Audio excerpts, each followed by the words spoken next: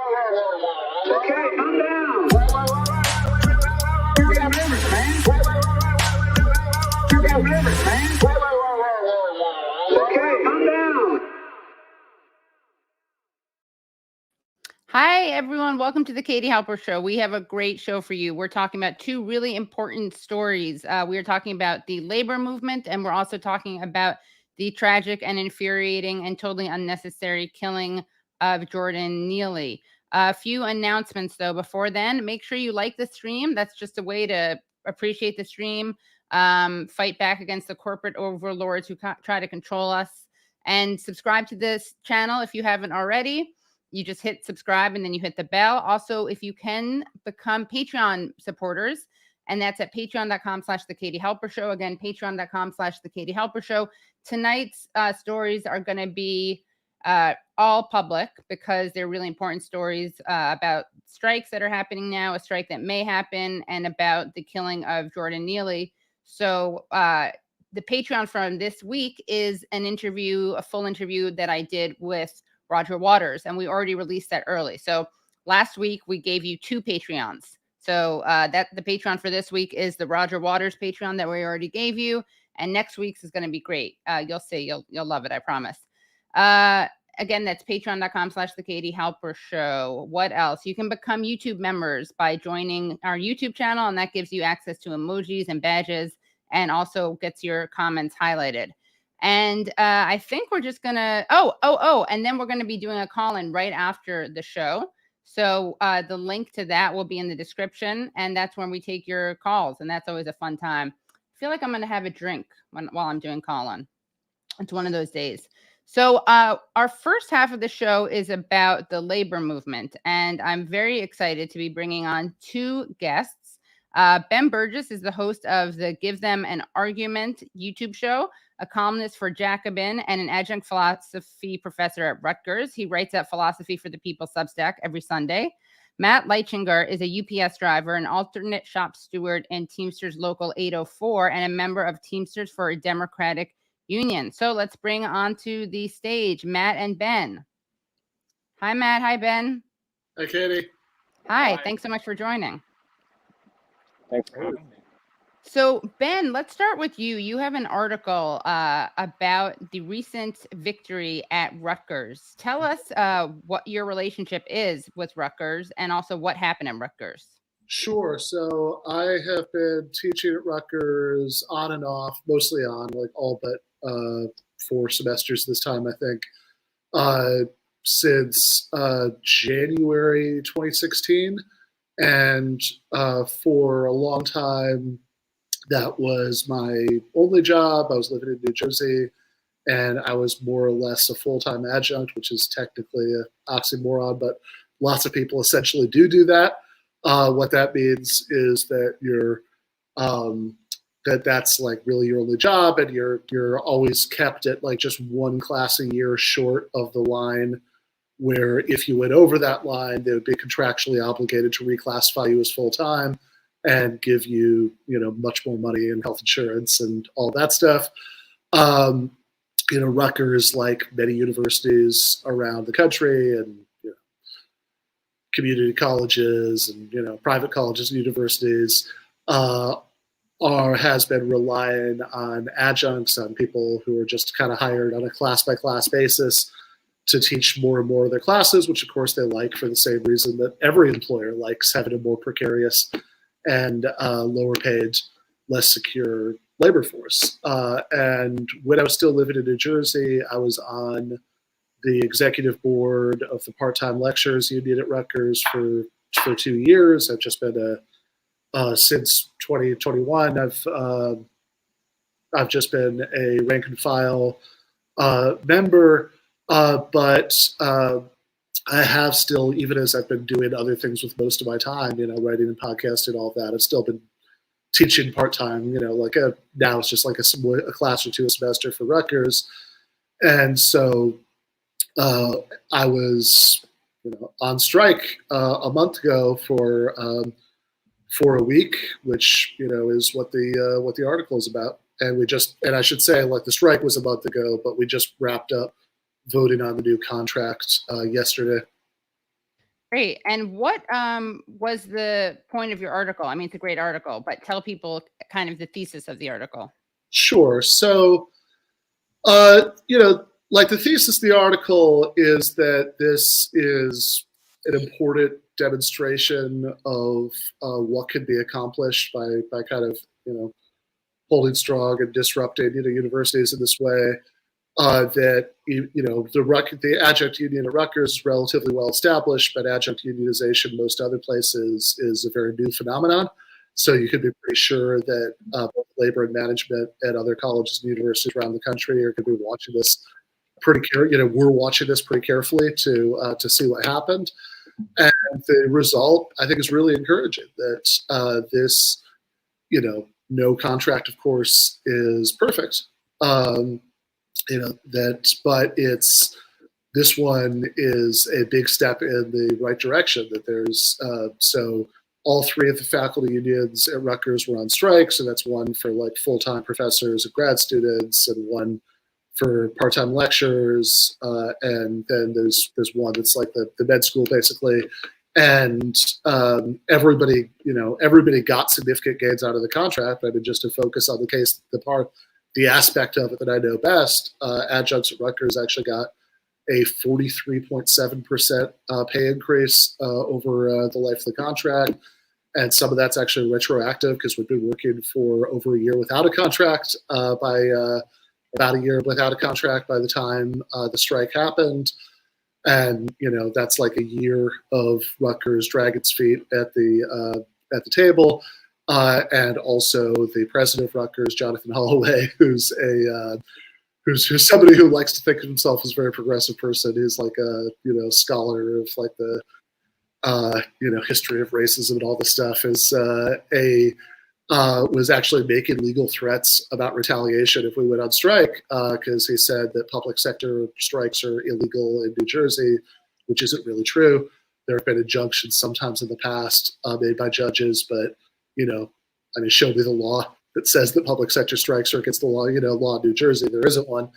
But he'd been saying it was illegal and that he was going to get an injunction and all of this. But over the course of just a week, got these. There was some more bargaining after we came back, but got the sort of basics of the contract locked down in this tentative framework. And I think it's a really remarkable victory that happened over the course of just this week that we were on strike at Rutgers. And I think it's an encouraging thing because kind of broadening out the view from just Rutgers or even just colleges, like even just like the college context specifically, in a much more general context. I think that the adjunctification of universities is just one small part of some much bigger changes in the structure of American capitalism. You could also talk about the replacement of unionized cab drivers with ultra precarious Uber drivers, and a lot of other familiar examples of this. And the only way to turn any of this around is with all kinds of unrest happening in every sector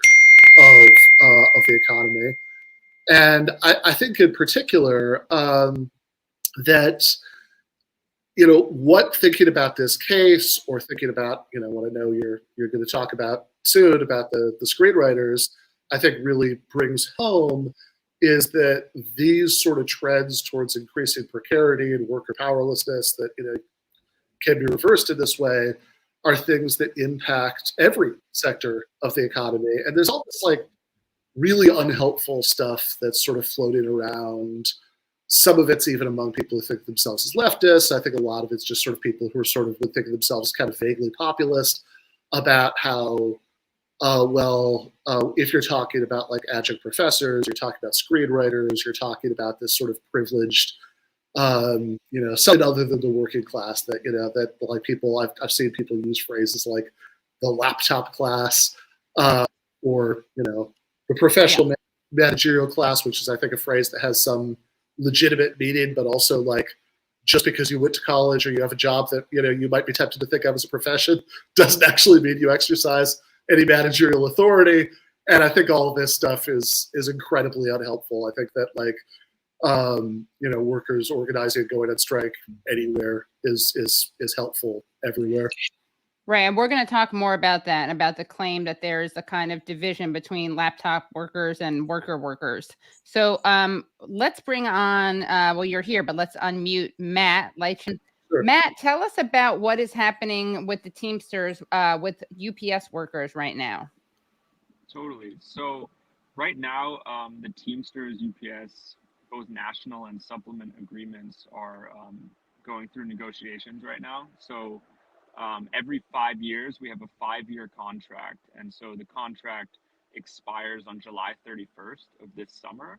And so we've just wrapped up the supplemental negotiations and are starting to move into national negotiations for the contract. The contract is a national agreement that covers all roughly 350,000 UPS Teamsters. And then based on regions or locals, there's supplemental agreements. And so right now, all of that's getting negotiated. And this is in the midst of, or shortly after, an election of a new Teamsters leadership after about 23 years of Jimmy Hoffa, the old famous infamous Teamster leader. His son was president of our union for 23 years, and there was a big reform effort. He retired, but there was basically another slate that he kind of endorsed, and there was a big movement to elect this new leadership under Sean O'Brien, the Teamsters United slate, which was endorsed by TDU, Teamsters for a Democratic Union.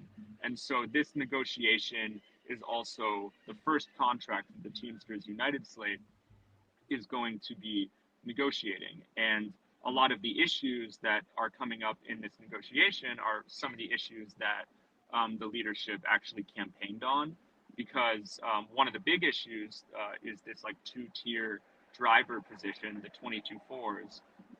It was actually something that the union, not the membership actually voted against it, but Hoffa used this archaic bylaw, the 2/3 rule, to force this contract on the membership. And so it was a seriously unpopular decision made by Hoffa at that time, and it was a real kind of catalyst for change. And so we're in the midst of this. Hopefully it'll be a really strong contract that we'll get out of it, and it'll be like a revitalizing thing, not only for the Teamsters Union, but then also for just the labor movement in general. And you're someone, we actually have some photos, Brad. Maybe you can, I texted you a photo of Matt on the picket line with the WGA workers. We can show that at some point during this interview. But you've been on the picket line with, here we go. There you are on the picket line with the Writers Guild. Why, what makes this strike important for you? And this also speaks to what Ben was just alluding to. I just want to quote something in Ben's article and then ask you to respond to it. Ben writes, some self-described populists or even socialists seem to feel a perverse need to deny this commonality of interest. Screenwriters and adjunct professors are dismissed as part of a laptop class that has little in common with real, quote unquote, real workers, a category supposedly limited to typically sturdy lunch bucket men doing tangible labor. But that's just a divide and conquer tactic, wittingly or unwittingly deployed on behalf of the employing class. And then he goes on, if it's true enough that some jobs are done on laptops and some have to be done in person, and that the ability to work from home is a real privilege, it's also true that membership in the laptop class is no guarantee of a more privileged position overall than a worker who has to punch a time clock at a job site. And then he goes on, class is defined not by your relationship to your computer, but by your relationship to objective economic structures. Do you own your business, or do you have to sell your labor time to someone who does? Do you give orders or just follow them? So how do you see this relationship between, for instance, UPS drivers and screenwriters? Yeah, I mean, I think that distinction is totally correct. I mean, when you're talking, I think it's important to make this distinction between, a capitalist class or an asset class, people who own the means of production versus, people who have to work for a wage for a living. That's a pretty, I think, basic and abstract way of looking at it. Something that really connected to me while I was on the picket line this past Friday in talking to one of the members of the guild was the fact that what they're fighting for is it's against like the gigification of their work, the increasing precarity of it, and also they're dealing with sort of the consequences that the new like streaming economy has really kind of like forced upon them, which really boomed during the pandemic. I mean, streaming existed before the pandemic, but because the pandemic sent so many people to work from home or stay at home, a lot of people were consuming all types of things just from home, whether that be movies, TV shows, and then also all the things that I was delivering, you know, that Amazon workers were delivering, FedEx workers were delivering. And so during the pandemic, there were changes that were happening in the economy. Next day delivery, people expected and needed things to arrive immediately. And the same thing was true of the content that they were like consuming on Netflix or HBO or whatever it is. And so during the pandemic, and it not only during the pandemic, but even continuing now, bosses, you know, kind of like took advantage of that demand and started squeezing workers, whether that be, you know, workers in the entertainment industry, whether it be UPS drivers, Amazon workers.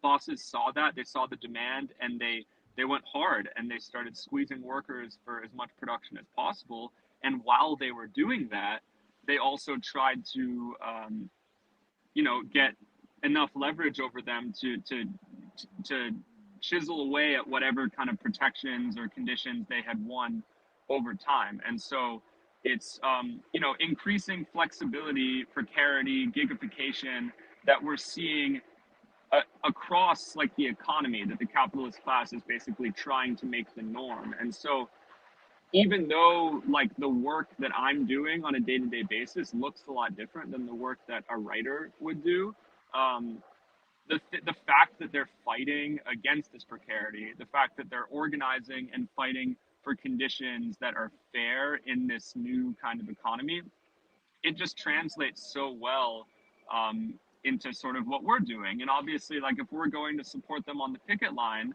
and saying, wow, I really connect with that struggle, and talking to them about how, as a UPS driver, I connect with that struggle, we're hoping that, you know, in the same way they'll see that and they'll be like, wow, so if we go on strike, they're going to be encouraged to support us too.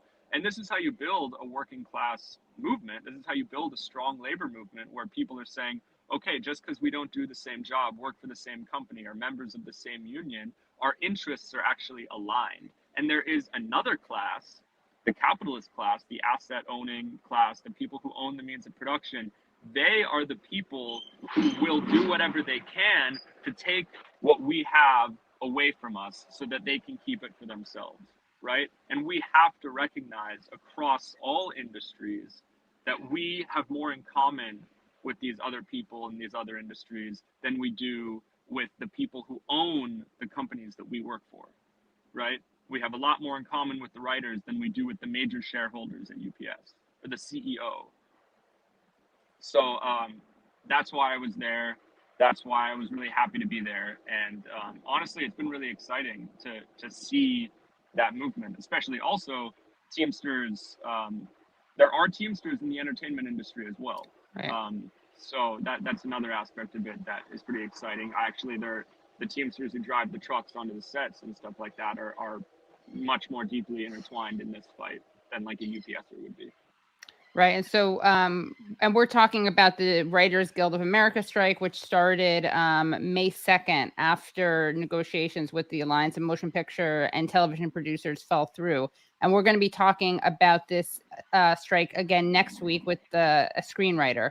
But I wanted to make sure that we talked about the Rutgers strike, and also wanted to make sure that we pushed back against this idea. I don't think it's very popular, but we've been seeing it pop up, this kind of divide and conquer framing, which is that there are real workers who do certain jobs, and then there are other workers who do jobs that aren't as kind of blue collar, and therefore we somehow don't have to care about their labor rights, which I think is pretty ridiculous. Anyway, yeah. So Ben, what is next for you in terms of organizing, or Rutgers? And then I'm going to ask you, Matt, about what's coming up next for UPS. Yeah, I mean, I think in terms of Rutgers, the big thing I would point out is that as much as this contract is really a massive improvement, certainly financially, on the way that things were before, it's certainly not, anything like all the way to a lot of the basic issues that caused this in the first place being fully dealt with.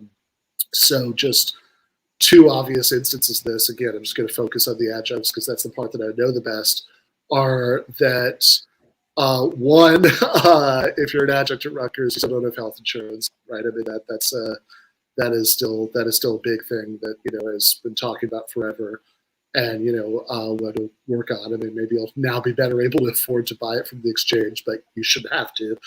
And two, that while this is a really long step in the direction of this, I think that it's not. I mean, it's definitely not all the way to like what we've been talking about since I got involved in the PTL Union Rutgers in 2016, which is fractional pay. So the idea of fractional pay is just very simple: that if you teach half of the teaching load of a full-time, non-tenure track faculty member, non-tenure track, because if you're tenure track, you can argue that people, serve on committees, do research, and you could argue that some of the pay gap is because of those things. But if you have like a pure NTT, like a pure teaching full-time job, that if you are an adjunct and you teach half that person's scheduled classes every semester, then you should get paid at least half as much. That if you are teaching 2/3 of it, you should get paid 2/3 of that, right? That you should,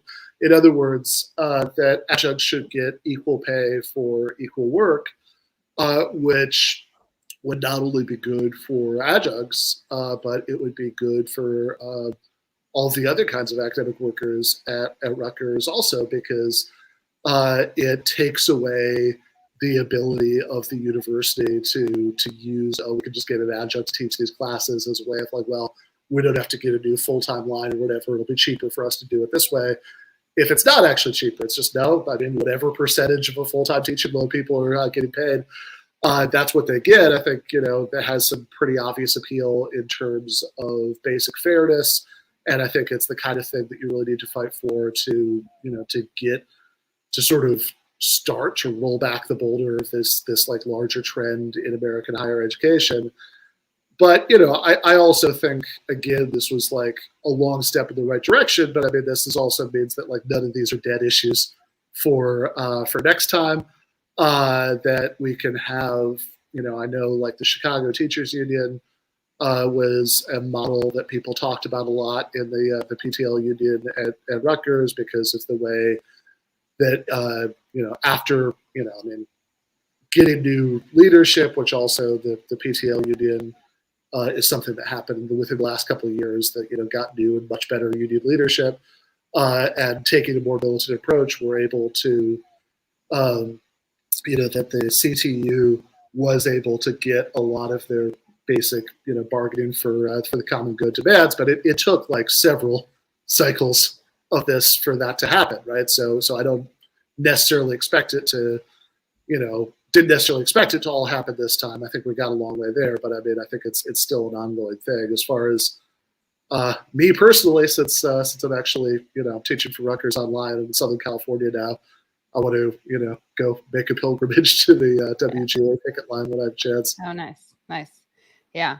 Just a quote, comment from Sparky: without effective labor unions, the middle class isn't big enough for economic stability. A large middle class, both bourgeois and union, are essential. And Matt, what is up next for the Teamsters and for UPS workers? And you tweeted out it's going to be a hot labor summer. So what's in store? Yeah, well, I mean, like I said, the contract expires July 31st. The leadership has made very clear that they're not going to extend the contract beyond that July 31st deadline, which means that if we don't have a contract that the membership is satisfied with by midnight July 31st, or I guess midnight August 1st, there will be a strike. And so right now, from a rank and file perspective, obviously from like a negotiating committee perspective, they're in negotiations, all the time, every week, and the leadership has been tweeting out and sending out updates on like how negotiations are going. And so that's what like leadership and the bargaining committees are doing right now. From a rank and file perspective, I mean, what we need to be doing is building our contract action teams. And so that means, in all of our buildings and all of our locals, we need to be building networks that go beyond just sort of like the basic steward structure, because that's not really even enough people per building. Like we need to be building like communication networks so that we're developing more leaders who are ready to take whatever information we're getting from our leadership about negotiations and spreading this information to members, and also like engaging in discussion about, well, is this something that we like? Is this something that we don't like? Are we like, do we want to go on strike? Is this contract like going to be good enough? And building like those kinds of networks takes a lot of time. Like it takes a lot of focus and energy. Meanwhile, we're working, a lot as well. So it's on top of all that. We've had a few rallies. There have been rallies that we've also been organizing in our local. They've been happening across the whole country. And so really what we need to be doing is building up like a credible strike threat, making sure that everyone knows what the issues are, that people feel prepared and educated enough to decide for themselves whether or not they're ready to accept whatever contract our leadership, can get for us.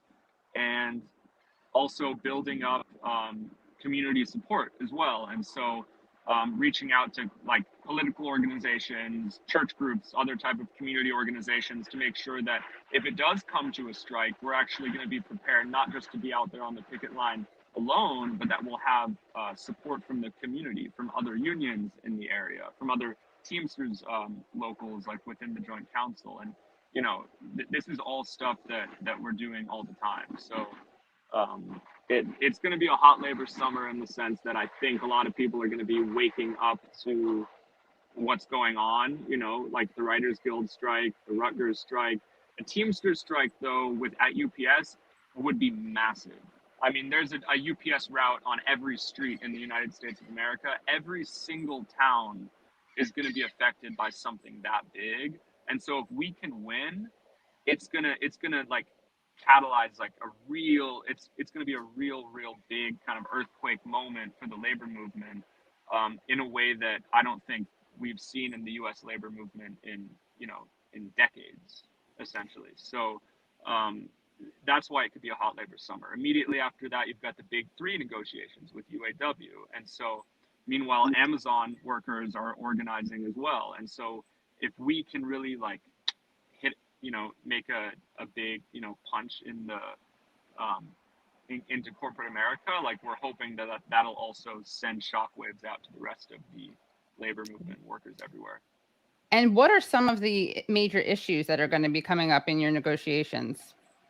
Yeah, so one of the major issues is this two-tier driver job, the 22-4, which I mentioned before.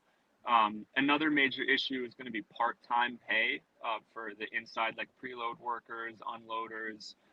That's another really huge issue because we see in our union a pretty big disparity between the majority of the workforce, which is actually part-time, and and like the regular package car driver, who, like UPS loves to harp on the fact that a top pay regular package car driver makes a little over $40 an hour with a pension and solid health care.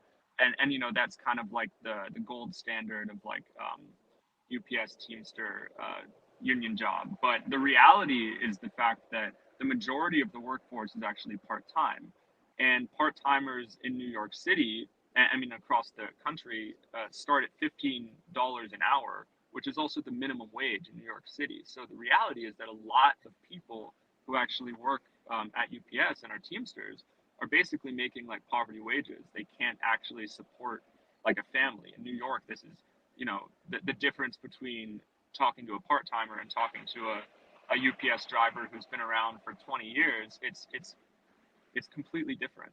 And so this contract fight is also really, it's really important that we win big for those part-timers, because that's something that, Amazon workers will see as well, seeing that a lot of Amazon workers are in warehouses, and we need to win a strong contract for the warehouse workers at UPS so that Amazon workers see joining the Teamsters as like an attractive option. Right. Yeah. You also had an article that you were for Jacobin called "UPS is installing surveillance cameras in our trucks, but not air conditioning." What's the status of those? Right. That combination of installation. Right. Yeah. So, I mean, the inward-facing cameras is another one of those issues that I believe was made to be like a strike issue. I believe Sean O'Brien's talked about the fact that we're standing strong, not going to allow the inward-facing cameras, which is something that is kind of a norm, I think, like in the trucking industry. I think Amazon and FedEx both have them. But this is, the union difference. This is why it's so important to recognize like what collective bargaining can do is you can say, wait, hold on, like, we don't want the inward facing cameras. Like FedEx, Amazon don't have an option. They're in the truck the next day and there's nothing you can do about it. We can actually bargain to have that rejected. So we haven't had them installed in our building. I think they've been installed in some other buildings in the local and around the country, but that's definitely something that I think we're trying to get language on. And in terms of air conditioning, I don't know what the status of that's going to be. I believe that it was made a contract issue, but I couldn't tell you what the status of that is in negotiations. But do you have it? I mean, do you have air conditioning now? Oh no, there's no air conditioning in the trucks. And oddly enough, ironically, this summer, I think it's going to kind of come back and bite UPS in the butt, because everyone's going to remember, we had this rally and this big kind of like movement last summer and kind of set expectations a little bit higher. And so this summer, I think it's going to be hot, of course. People are going to be probably going to the hospital again. Hopefully, knock on wood, no one will die, but someone died last summer, so it could easily happen again. And it's outrageous, and so this could be something that agitates UPSers and will hopefully kind of serve in our favor in terms of getting people agitated enough to get ready to fight for even more. That's insane. So yeah, hospitalizations and someone even died because of the heat. Yes. I can't imagine being in a hot truck without air conditioning. Yeah, it's like an oven in the back. I mean, it's bizarre. Yeah. Yeah. Well, thank you guys so much for coming on. I really appreciate it. Thank you, Ben, and thank you, Matt. And you can find them on Twitter. Matt, I put your Twitter handle in there. Ben, what are you? B Burgess? At Ben Burgess. Ben Burgess. Okay, at Ben Burgess. Yeah. And thanks so much for coming on. Thank you so much for having us, Katie. Bye, guys. Bye. And that was our first segment. Thank you again so much to Matt Leichinger and to Ben Burgess. Learned a lot and looking forward to following up on this story. Also, thank you, Hannah, for becoming a YouTube member. Hannah C., thanks a lot for that. Just a reminder to please like the stream if you haven't already, and also subscribe so you don't miss great streams like these. Also, join us right after this at Callin, and the link to that is in the description. Now, we're going to be bringing on two more guests. We're going to be talking about the killing of Jordan Neely. Our guests who are coming on are Milton Perez, who is an activist and a homelessness union leader with Vocal New York. He spent over 5 years in the shelter system. We're also bringing on Eugene Purrier, a journalist at Breakthrough News and the author of Shackled and Chained, Mass Incarceration in Capitalist America. And both Milton and Eugene have been at recent protests around the killing of Jordan Neely. So welcome, Eugene and Milton. Thanks so much for having me. Thank you so much for coming on. Also, thank you, Monty L., for becoming a new member. Great. We got 2 new members. So I thought we could start off. We're obviously going to be talking about Jordan Neely, who was 30 years old and who was choked to death on a New York City subway train on May 1st. But I thought we could start by watching just some footage of someone who actually who videotaped what happened, his recollection. This is from Democracy Now! Democracy Now!, democracynow.org. Here in New York, 11 people were arrested at a protest Monday night demanding justice for Jordan Neely, 30-year-old unhoused black man choked to death in a subway car last week by another passenger. Jordan Neely was crying. Por supuesto, o sea, sí hubo if there was fear. When police arrested 13 people at a protest where they went on, former Marine named. We'll just play People were arrested at a protest Monday night demanding justice for Jordan Neely, 30-year-old unhoused black man choked to death in a subway car last week by another passenger. Jordan Neely was crying out that he was hungry and thirsty when he was fatally attacked on the train by a 24-year-old former Marine named Daniel Penny. Penny was interviewed by police detectives, but was released. He has not been arrested. Monday night's protest follows a similar demonstration Saturday when police arrested 13 people at a protest where they went onto the subway tracks and demanded Penny face charges. This is Juan Alberto Vasquez, an independent journalist who was in the subway car and filmed the fatal chokehold. He's speaking to NBC News. The man got on the subway car and began to say a somewhat aggressive speech, saying that he was hungry, he was thirsty, and he didn't care about anything. He didn't care about going to jail, that he didn't care that he gets a big life sentence, and it doesn't matter if he died. If there was fear, the people who were bluish or who were there, where he separated everything, moved from their place. I stayed sitting in my place because it was a little further away. But obviously, those moments, well, one thinks fear, one thinks he may be armed. The law firm representing Daniel Penny released a statement Friday expressing, quote, condolences to those close to Mr. Neely and adding, quote, Mr. Neely had a documented history of violent and erratic behavior, the apparent result of ongoing and untreated mental illness. When Mr. Neely began aggressively threatening Daniel Penny and the other passengers, Daniel, with the help of others, acted to protect themselves until help arrived. Daniel never intended to harm Mr. Neely and could not have foreseen his untimely death. The law.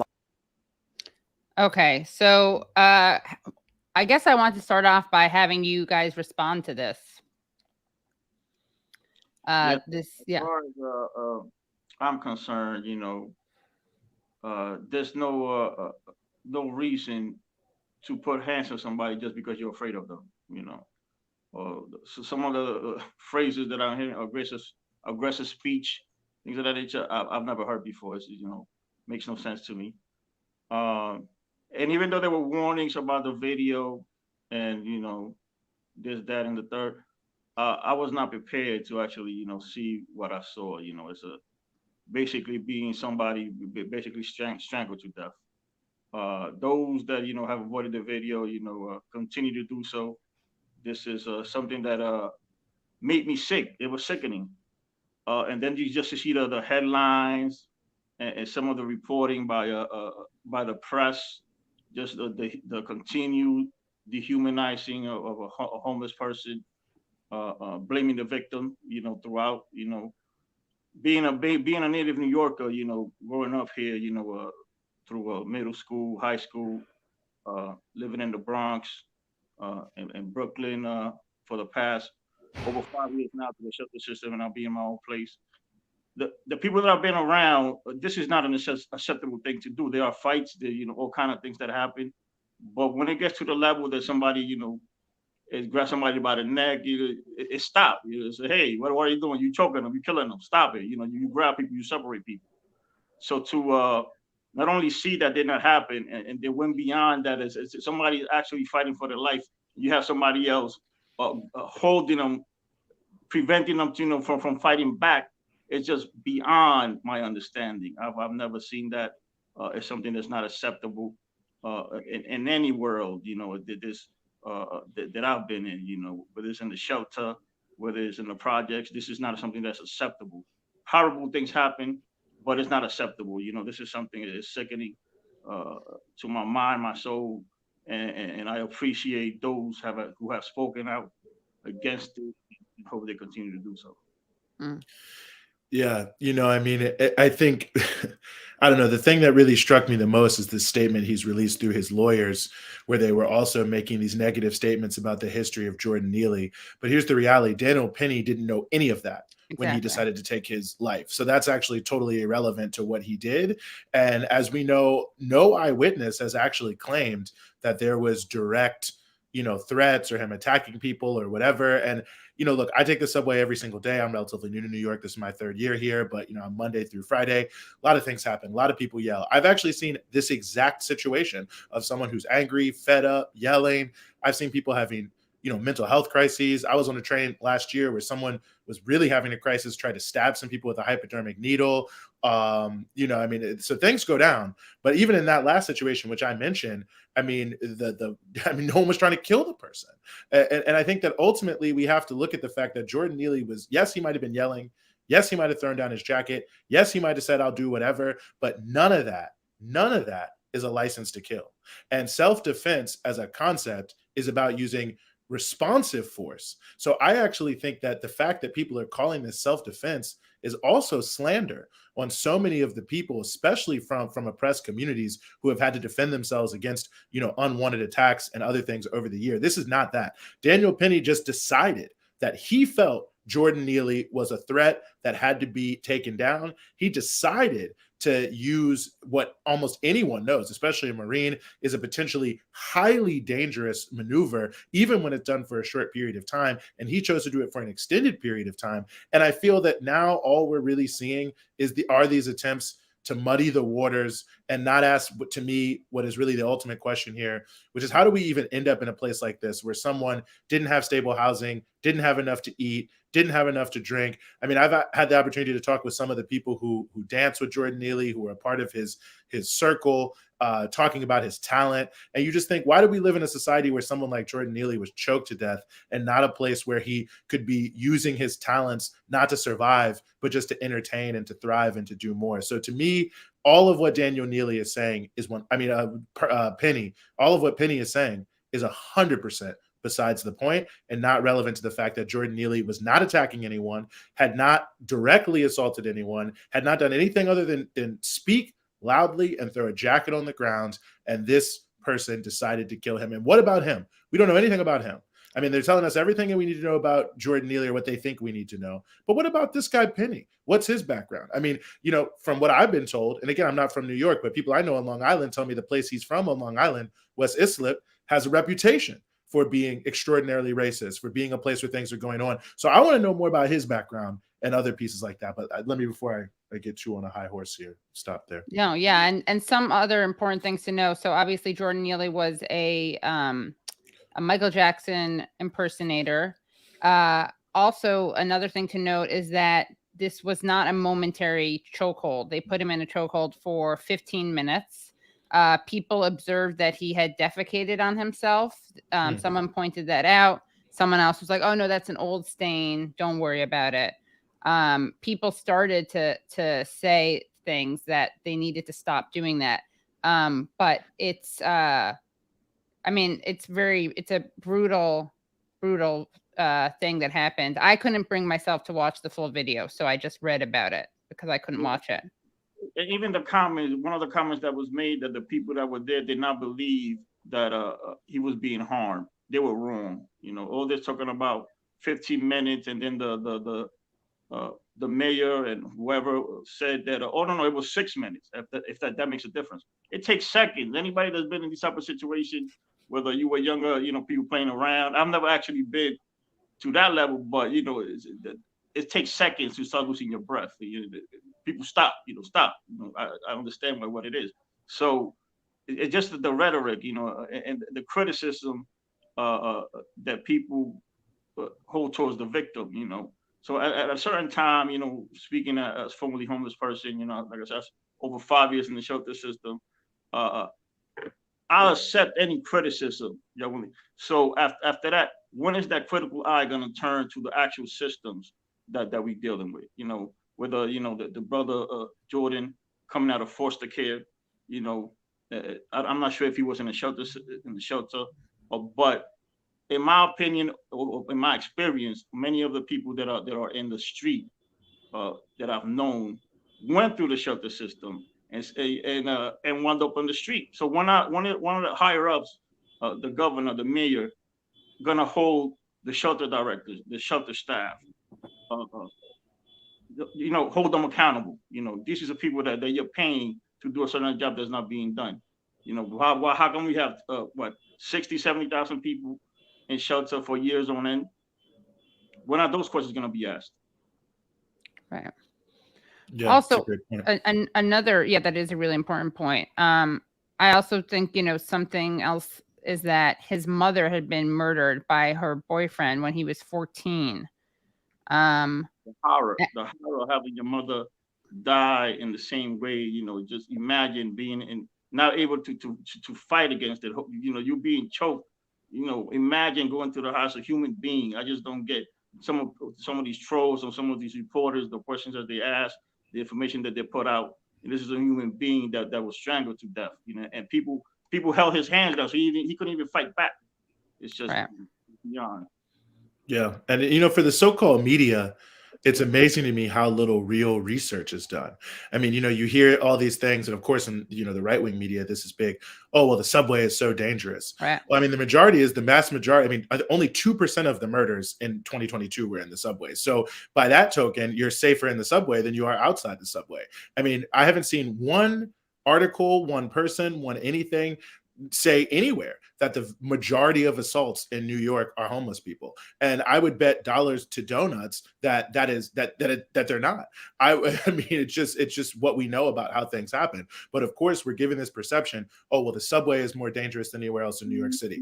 Homeless people are more dangerous than any other type of person. I mean, quite frankly, even people having mental health crises, people who kill the most people in a year are not necessarily people who are having mental health crises. So we stigmatize everything in this society, and we look for a reason to say anything other than what Milton pointed out, that there are systems and there are structures and that these are not accidents. Why people are there's mass homelessness in our society, even though there are more empty dwellings than there are homeless people by hundreds of thousands of empty dwellings in this country. There's no shortage of food. Walk into any grocery store. But the reality is in America, your paycheck is your ration card. So even though there's plenty of food, plenty of housing, plenty of things available for you, all those things are only available to you if you make a certain amount of money. And we know that there aren't enough quality jobs provided to people to be able to survive here. And then we have these tragedies and people say, oh, I can't believe this happened. And they look for some stigma. Oh, he was homeless. Oh, it was in the subway. Oh, he had mental health issues. Well, I mean, maybe some of those things are true, but the reality is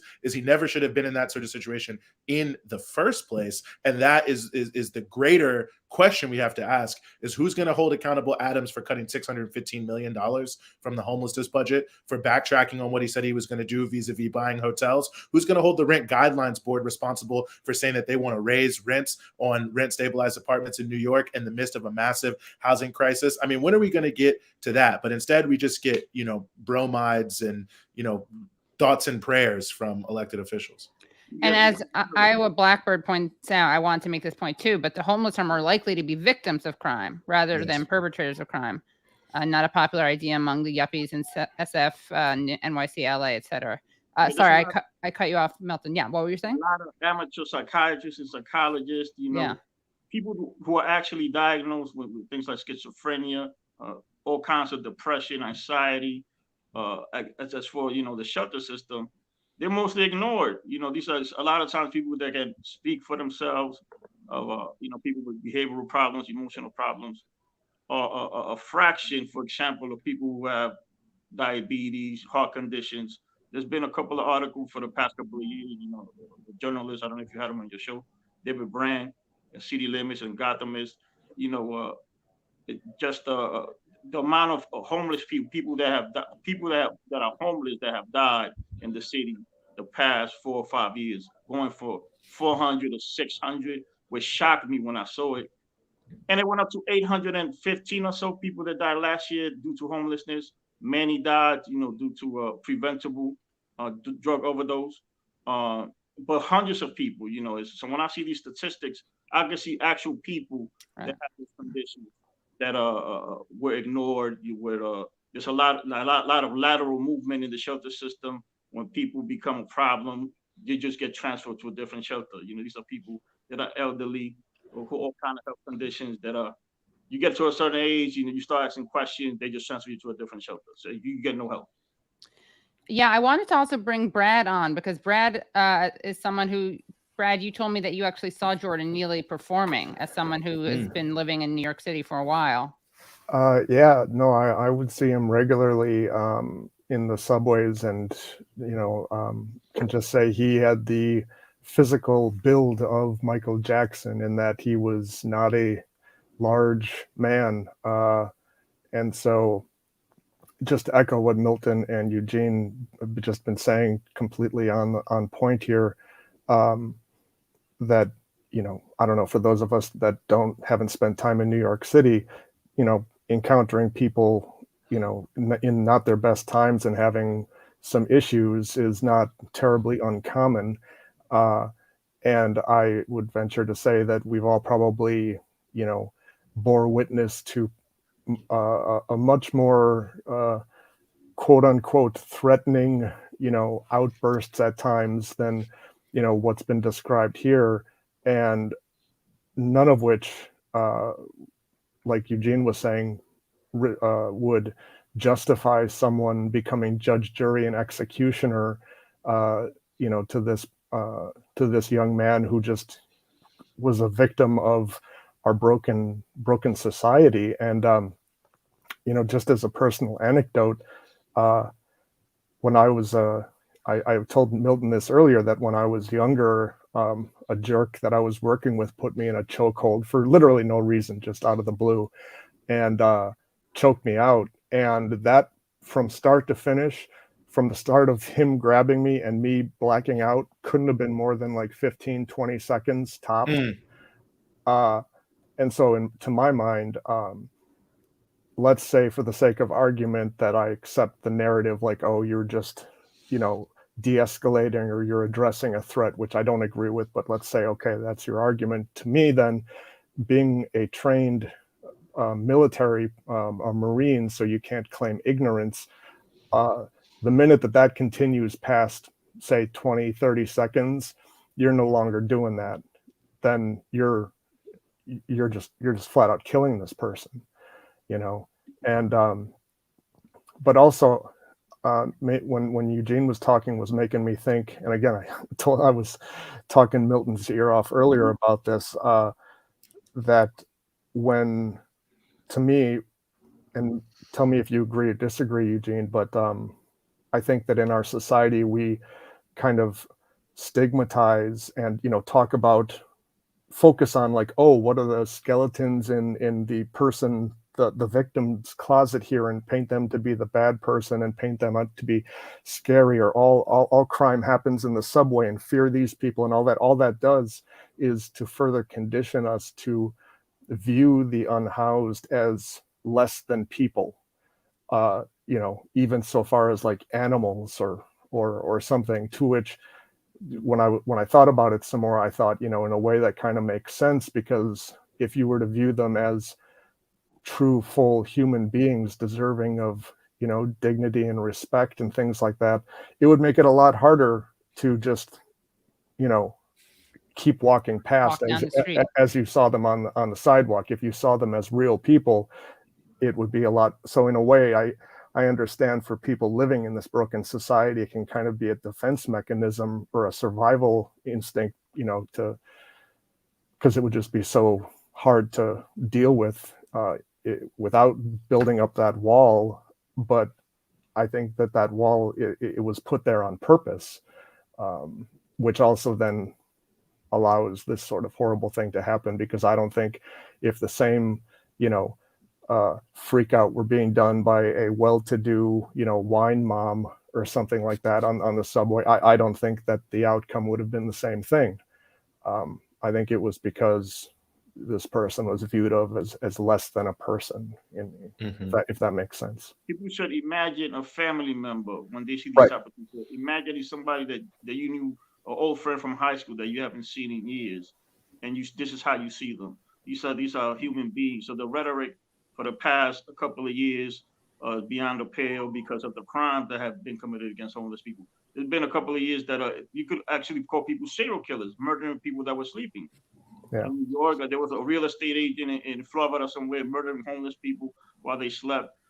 It's just I don't get some of the politicians, the nerve they have to get out in public. I don't know if they know the power of their words, the dehumanizing words that they use, and how some people would take those words to just do evil.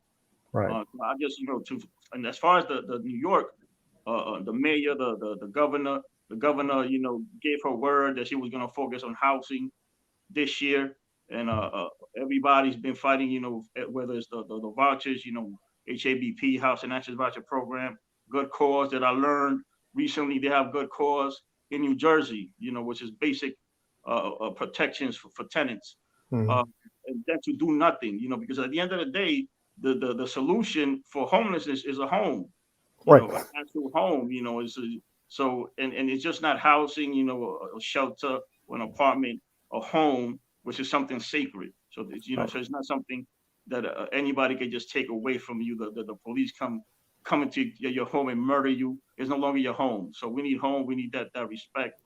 We need that sacredness. Well, and Milton, remind everyone, you were telling me earlier, what did you say roundabouts it cost on our current system spending, for someone to keep them in one of these sort of, facilities? The shelter numbers are not conclusive. I've heard anything for $3,500 to $8,000, depending on the shelter. Is that per month? Whatever number it is at least twice of what the most expensive apartment. Right. Yeah. So like but to me, and beyond that, and the people that don't know us in the New York City, we spend about over $500,000 to imprison somebody for a year. Right. This is what we do. So it's like it makes no sense if you take out the ethics, the morality, as far as the money that's being spent. It makes no sense that you would spend so much money to warehouse people in shelters where you could help them. Like if your primary concern were fiscal responsibility, it would be cheaper to house the people than to. But which leads me to suspect, well, then the reason that hasn't changed is because someone somewhere is making a lot of money with the way that things are. Huge business. And and then you look at the way it works with vouchers, even that they create this what I call a subprime market in housing, where because the voucher is not going to go that far, you have landlords who then specialize in slums, and then that becomes the excuse that the city uses to not take aggressive action against slums, because then they say, well, where else are they going to go, so on and so forth. And so the whole thing has been constructed in such a way to deny dignity to people, to make them as precarious as possible in their living situations, which ultimately is all tied to keeping people's wages as low as possible, by keeping people in the toughest possible situation and having to hustle and work as hard as they can just to survive, in order to the fact that they will then not demand that much and not ask for that much, feel disempowered to stand up for themselves. I mean, we live in a country where 160 million people, this is as of a couple months ago, are telling the Census Bureau and the Household Pulse Survey that they are having at least some trouble making their expenses week to week. That's almost every single person that works. So as my mom always says about situations like this, but for the grace of God, that's not true.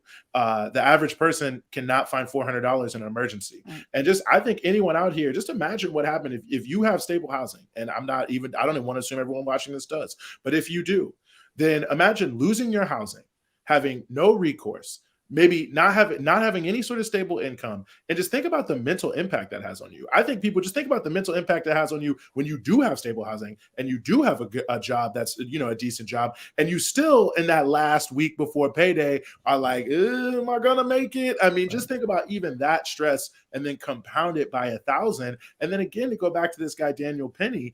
I mean, what is his thought process? Yeah. I mean, why are people trying to excuse his totally subjective decision to kill somebody? I mean, from my point of view, to intervene whatsoever when the person is just yelling and throwing something on the ground in front of them and not harming anyone. They were hungry and thirsty. Right. Yeah. Like, it's amazing. It's amazing Yeah. that he would think that somehow that was a situation. And even beyond that, everything that even leads up to a chokehold. Like, he didn't even consider any other form of anything. He went for like the most dangerous, deadly thing from the beginning. And again, that's why I don't want to give him the benefit of the doubt. No, right. And everything now is it's just like Kyle Rittenhouse. It's just like George Zimmerman. Yeah. It's the same thing. Everything is about creating the benefit of the doubt for this person in order to ultimately get them off. But why they get the benefit of the doubt, I mean, if this was a black person on the train who murdered somebody and it was on camera and they got them, you better believe they would not have let them go pending investigation. They would have thrown them in Rikers to rot and die. So, I mean, everything about this is abnormal in terms of what you would expect in a society that has dignity and respect for all people. Yeah, and it's disturbing that someone in the comments wrote, I have the right to defend myself from whomever, regardless of gender. But it's not self-defense. Yeah, well, that's exactly. What I'm saying. Well, my point is that, like, I don't, like, you have the right to defend yourself. There was literally nothing to be defending yourself from in this case. Right. Like, you don't have the right to, there's no death penalty for someone shouting things. That shouting on a train does not carry with it a sentence to death. Even if someone had, let's say, like, if the distance between restraining someone and putting someone in a chokehold is very, very large. That's not a defensive move at all. Right. And again, as Brad pointed out, this guy was very slight. This was total disproportionate force. And I think it's scary that people would identify with what Penny did. I don't understand. They're like cosplaying as warriors or some shit. Like people some, you know, fight, because you don't have to murder somebody. You don't have to defend it. You don't have to murder people. Yeah, exactly. Yeah. And also, like, why there's something. It's just such bullying. Like, the guy was small. He was slight. Yes. This was not a threatening man. Like, right. You did not need to come with that brutality. Right. And well, there's think just, about it and too, imagine it, like Milton was saying, imagine if that person was someone related to you. Do you think, can you get behind thinking, oh, well, everyone has the right to defend themselves by killing someone who was unarmed and not physically strong and not doing anything that was risking physical harm? Yeah, I think it's a good point. And you know, to even give this a through line to this kind of vigilantism, I think we actually even have to go further back, right? Like, you think about the New York City fiscal crisis in 1975. That's when they eliminated the Wall Street transaction tax. So that's basically creating like a structural deficit for the city. Not that there's any lack of money, but obviously that's the primary generator of funds for New York City. If you have it, there's billions of transactions, huge amount of money, and it hits right directly at the people who have the most money, who, you know, create the economic sort of structure of the city, Wall Street, so on and so forth. And I say that to say, look at 75, because then look at what starts to come after that as the city starts to deteriorate because it does not have the proper investment. Dirty Harry, you know, all these movies about vigilantes in the subway. I mean, to some degree, even The Warriors. I love The Warriors. Great movie, great New York movie, but similar sort of piece to it that, you know, we've been told, or New Yorkers in the country writ large have basically been told from the mid 70s on that there's no rhyme or reason to why the city is decrepit, falling apart, and there's nowhere for people to live and no good jobs. Right. And there's no rhyme or reason why anyone would be affected by any sort of situation. There's just a bunch of violent criminals roaming around, doing whatever they want to do. And who knows why? They're just super criminals. And it's not because of anything that's going on in society. So the only solution that we have is subway vigilantes. And we've had 40 years of this mass propaganda being pushed on people, and no one really asking the question, again, how are we in this sort of situation right now where the subway has basically just become the repository for every social consequence that our society has? Because if you are on the street, they'll push you into the subways. Well, they'll push you around the corner. And now that you mentioned it, just reminded me, didn't our horrible Mayor Adams basically both A, kick all the unhoused out of the subway, and B, flood the entire subway system with even more police, like literally at every station? So it's like, it's not like there wasn't a police person within some reasonable distance, like wherever they were on the subway, there was a cop nearby somewhere. you kicked everybody out the subway system, then the sweeps out in the street, and just push people to the outskirts. Yeah, and then you set people up for fail. You just break people down, set them up for failure, and then when people finally reach their breaking point, and it's just so fun. The richest so fucked country, up, man. The richest state, the richest cities in history. It's just a bad management. You're not funding the what actually helps people. Right. Like how much police do you need? People been out. Reason is like cops in every station. What can they do? Police don't stop crime. They come after the crime is done. Yeah, But, like we don't seem to be. I mean, how long are we going to keep carrying on with this? Maybe it was before this, but like this Reagan era mentality, like, oh, we just haven't cracked down hard enough. Right. Like, how many decades until we're, what I'm saying? Like, no, for sure. And if you think about it, Milton already hit on this point, but even to hit it again, what just happened in the legislature and like why we didn't get any affordable housing legislation because of good cause. So basically the landlord industry of commercial real estate of New York, this huge multi-billion-dollar industry, preferred to actually have no affordable housing in the state whatsoever than have a law adopted that would say you can only evict people when they break the rules of their lease. Well, I mean, that's all good cause eviction is that you have the rules that are there and you can only evict someone if they've broken the rules that both sides have signed on the dotted line are the rules you'll follow, which I think most of us consider to be pretty fair. So $3,400 a month median rent, massive housing crisis, people have been forced to leave the city and the state left and right.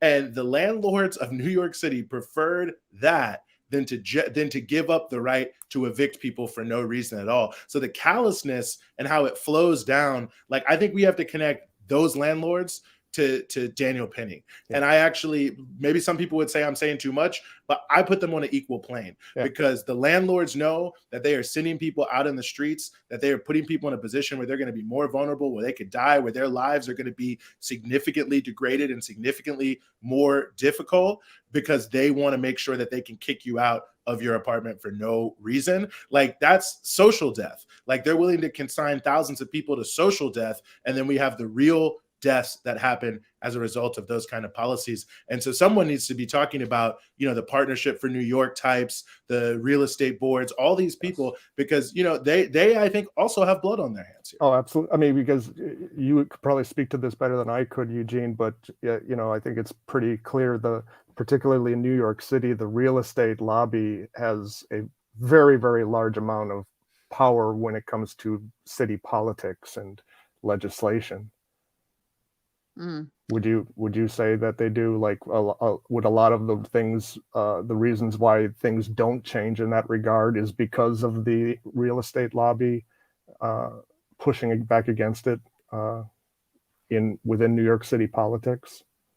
I think so for sure. I mean, it's not that they don't have the information. I mean, Milton could speak to it. We have groups like Vocal that are out there at all his city council hearings, at the state legislature, all around, laying it all out, really smart position papers, people giving great speeches. So to me, the only thing that could possibly make sense here is the money that's being pushed, that's being tossed around I mean, you look at what happened in the last city election and some of the DSA candidates, who had hundreds of thousands of dollars from billionaires flooding into city council, state assembly races, just to defeat candidates who are going to favor things like good cause eviction, which again is just not being able to evict someone for no reason whatsoever. And I think we've seen that probably over the last couple of years, and we've seen the freak out over it.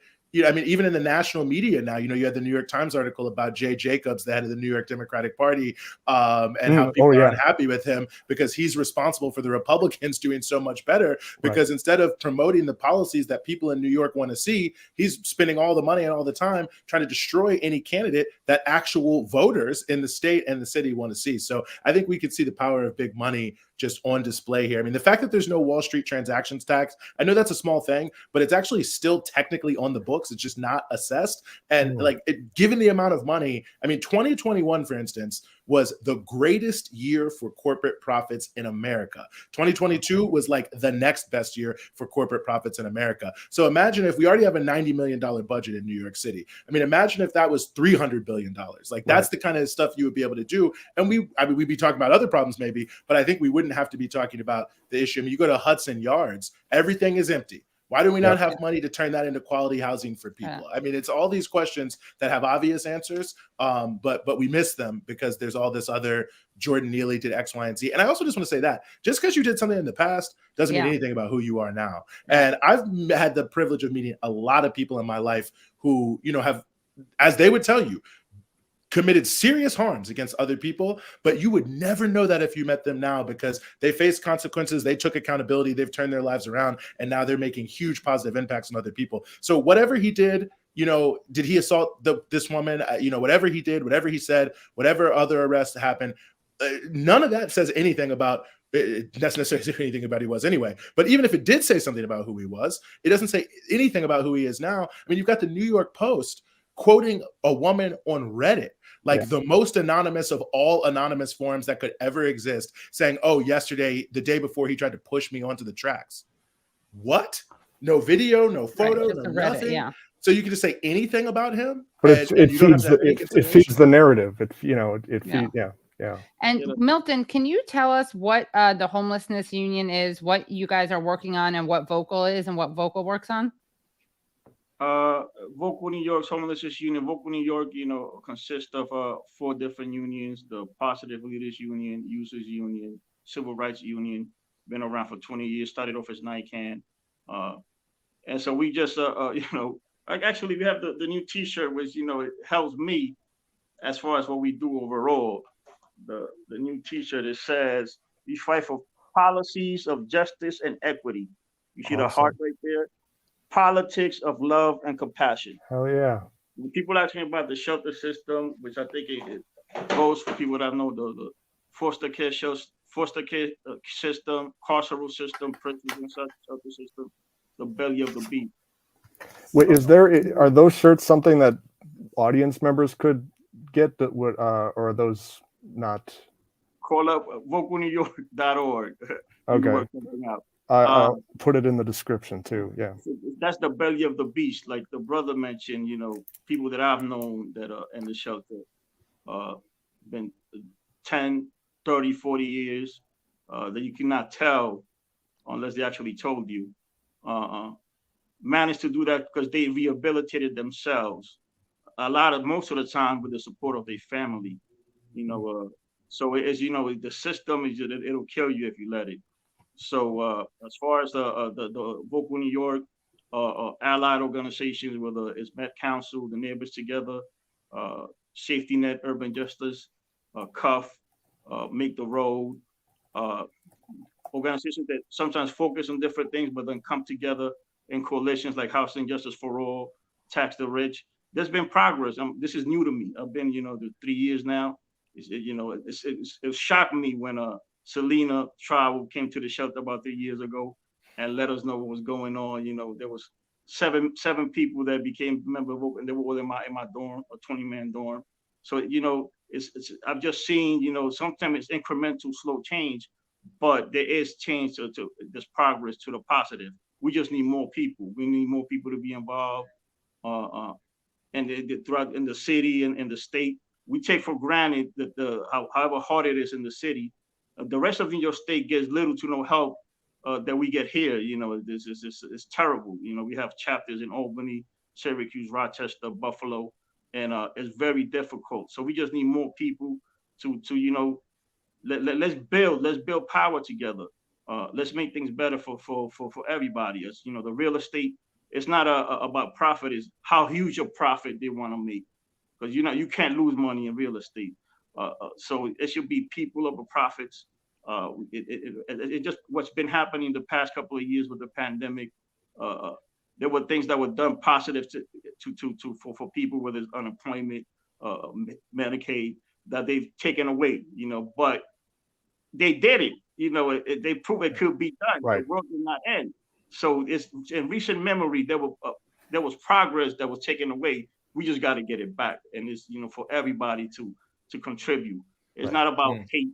It's about coming together and make things better for everybody. But we always got to keep our eye on the people that are really struggling. You know, I'm not a particular religious person, but being in the shelter system all these years, you know, going through food pantries, soup kitchens, and such, all these different religions have a one thing in common. You know, you have to look out for the poor. Right. And you got to continue to do that. Yeah. No, I think that's a great point, and why I think that there was such an effort to keep it as short and sweet as possible regarding the pandemic, was that, you know, if people really got a taste or experienced what was possible, you know, like aid could be given and these things could happen. If people really experienced that, there would be no unringing that bell. And that's why it was like, no, we can't, we got to put a stop to that. And as again, earlier, Milton and I were talking about during the pandemic, I'm sure many of you noticed there was a lot of reporting on like the shoplifting in New York City, you know, but, you know, these were people that were shoplifting like baby formula and like diapers and stuff. They weren't shoplifting like DVDs and whatever. These were like crimes of necessity. And it seems to me, in large part, a lot of the solution in a lot of these stores now is just to put all the products behind glass cases and locked cabinets and stuff like that. And it just, to what you were saying earlier, Eugene, to me, it just shows like what the current system, what they would prefer over actually, you know, meaningfully making some positive changes. And yeah, the only way to make that change, I think, is what Milton is saying, is with, you know, everybody coming together, because they're not going to do it themselves, clearly. Yeah. Yeah. But anyway, I don't want to detract from you two brilliant gentlemen any longer, but thanks for having me on. No, thanks, Brad. Well, any final thoughts? You guys have been really generous with your time, but just want to give you another chance to say anything you haven't said. As far as the Jordan Neely situation, people that are afraid of homeless people, Black people, poor people, you have no right to do harm, you know. So the doctors are you know, are looked at in society, you know, as the elite. Do no harm. It's my advice. I would just say, if we want a better world, we're going to have to fight for it. You know, I mean, I think that's what we've seen, is it's not going to be handed by any silver platter. The entire political class obviously is more concerned with, you know, pleasing their paymasters than addressing the issues facing people like Jordan Neely. Somebody I saw in the chat, and yes, I do check my DMs, by the way, but I will keep a tighter look on it. But they asked me to explain the flag behind me, which is the MST flag. It's the landless workers movement of Brazil. 1 million people. It's almost 1% of the country. They've become one of the largest producers of sustainable agriculture in the entire Latin America. They've been one of the most transformative forces of the environment. And I don't want to go on and on. You can go to breakthroughnews.org and see our documentary we did about them. But the point I want to make is none of that was handed to them. They occupy land, they seize land, they take it over. Sometimes they have to occupy a place 10 or 20 times because they're constantly kicked off by the police. But, you know, they do whatever it takes to stand up and to challenge people, and they do it in a beautiful way. They establish settlements with thousands of families. They live in this sort of communal socialist type of way, but also provide a broader vision for all of Brazil about how you don't have to have big agribusiness, pesticides, and the like. And I think when you look at movements like that, having the privilege to have been with them, that's something that we can do too. We just have to be willing to come together in large enough numbers to make a difference. So I think everyone who's upset about this, now's the time to organize, find an organization, and find a way that you can put shoulder to the wheel, because it's going to take all of us to make a change. Well, thank you so much. Thank you, Ben and Matt, for joining earlier, and thank you so much, Eugene and Milton. And definitely come back on the show. I always love having you guys on. And thanks everyone for joining the show, for tuning in. Make sure you like this this particular stream. Like all the streams. You can always catch us Tuesdays at 7 p.m. Next week, we're having a JFK debate about whether he was anti-war and also who killed him. That'll be with Michael Tracy and Aaron Good. Also, if you can become Patreon supporters, that's amazing. Patreon.com/The Katie Halper Show. Again, that's patreon.com/The Katie Halper Show. And please join the call-in that we're doing right now. So catch us on call-in. Thank you, Tyler. Thank you, Brad. Thank you, Phantom Fanta. And thank you all for coming in. And see you next week. Okay, I'm down.